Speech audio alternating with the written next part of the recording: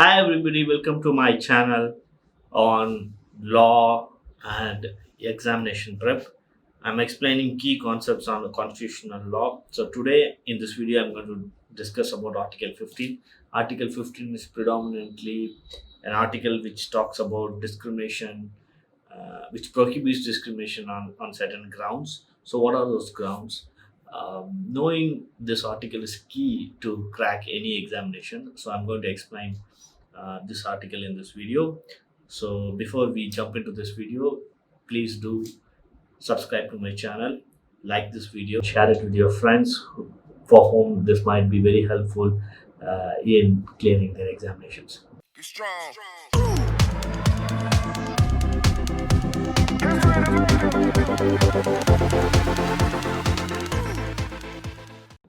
So let's start with the Article 15.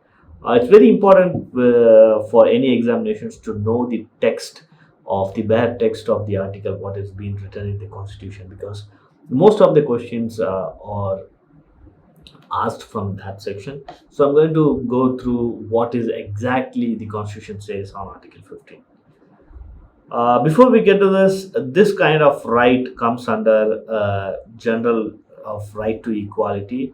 As we all know, Article 14 to 18 is generally considered uh, the equality based fundamental rights that's been uh, given by our Constitution to the citizens, and some are even provided for the non-citizens.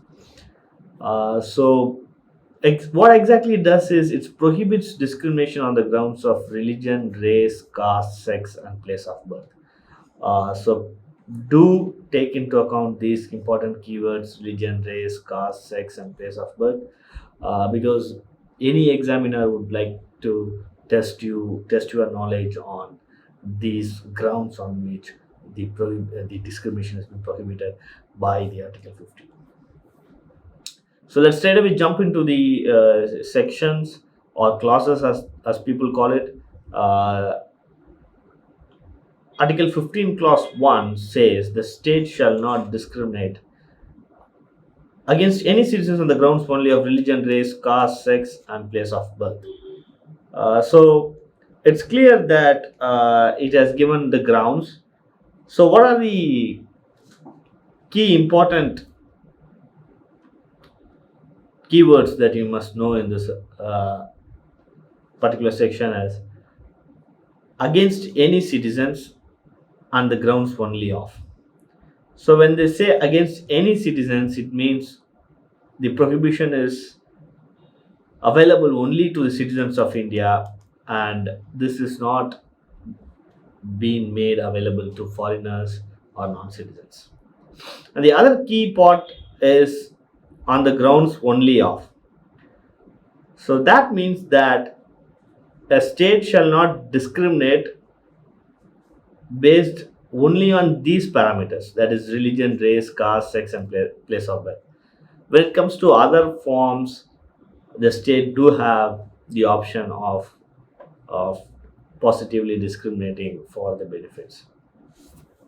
Now, the Article 15 also gives certain exceptions, which you will see in the future course of the video. So right now, I want you to remember what's most important is that please make sure that you are thorough with these grounds. Next, we'll go to the Article 15.2. Now, Article 15.2 is generally considered a wider principle. Why it's considered wider is because in 15 clause 1, the term state has been mentioned. However, in 15 clause 2, it's about state plus normal citizens. So, which means even normal citizens cannot discriminate on certain grounds.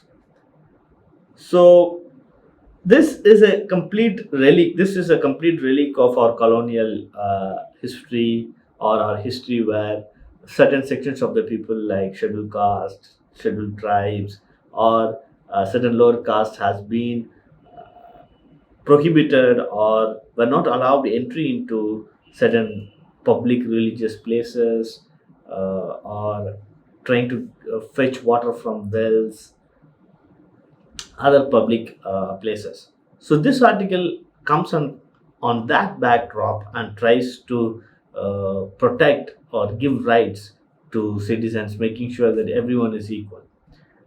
So no citizen shall, on the grounds only of religion, race, caste, sex, place of birth, be subject to disability, liability, restriction, or condition with regard to access to shops, public restaurants, hotels, and places of public entertainment. So that is that. The key point here is you cannot prohibit certain citizens based on religion, race, caste, sex, and place of birth access to shops, public restaurants, hotels, places of public entertainment, which means even private citizens should also uphold this principle. The next, as I said, comes at the backdrop of the much talked about caste uh, and other forms of discrimination in Indian society. So, what it says is that when there is use of wells, tanks, bathing ghats, roads, and places of public resort maintained wholly or partly out of the state funds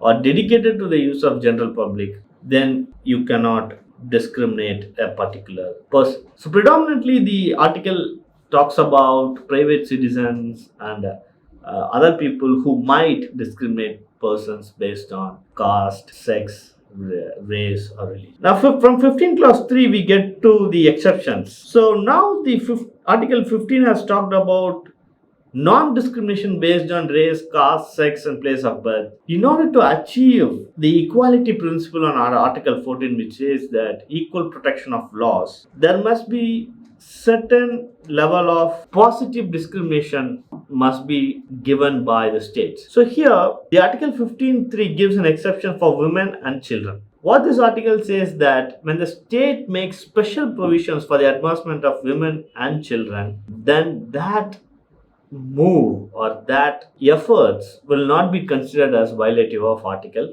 15. So that's 15 clause 3. Now Article 15.4 talks about provisions for the advancement of any socially and educationally backward classes of citizens or scheduled caste and scheduled tribes. It also mentions protection from clause 2. It also mentions protection from Clause 2 of Article 29. Now, what Article 15.4 says that when a state makes special provisions for the advancement of socially backward, scheduled caste and scheduled tribes, no one can go to court and claim that it is violative of Article 15. And there is another provision in Article 29 too, which says that no citizen shall be denied admission into any educational institution maintained by the state or receiving aid out of the state funds only on the grounds of religion, race, caste, language, or any of them. So essentially, Article 29 also pretty much talks about the spirit of Article 15, but within the parameters of educational institution. So in educational institution, no citizen shall be discriminated on the basis of caste, race, religion, etc. But in case if the state makes special provisions for the advancement of socially and educationally backward people, scheduled caste and scheduled tribes, then that move will not fall foul of either Article 15 or Clause 2 of Article 29. That's given under 15.4. Now we must also connect Article 15.5 with the 93rd Amendment. Now for those who does not know what is 93rd Amendment, it talks about OBC reservations, that is other backward class reservations. Now 15 clause 5 is pretty much similar with 15 clause 4, but here it is very narrow and it is specifically pointing out to admissions to educational institutions including private institutions, whether aided or unaided by the state, other than minority educational institutions. Now the key point here is Article 15.5 provides that the state can make laws or positive discrimination in favor of scheduled caste, scheduled tribes, and other socially or educationally backward classes of citizens, even in private institutions. It does not mean it doesn't have to be whether it is aided or unaided by the state. Even if it's a private institution, the state can make special provisions for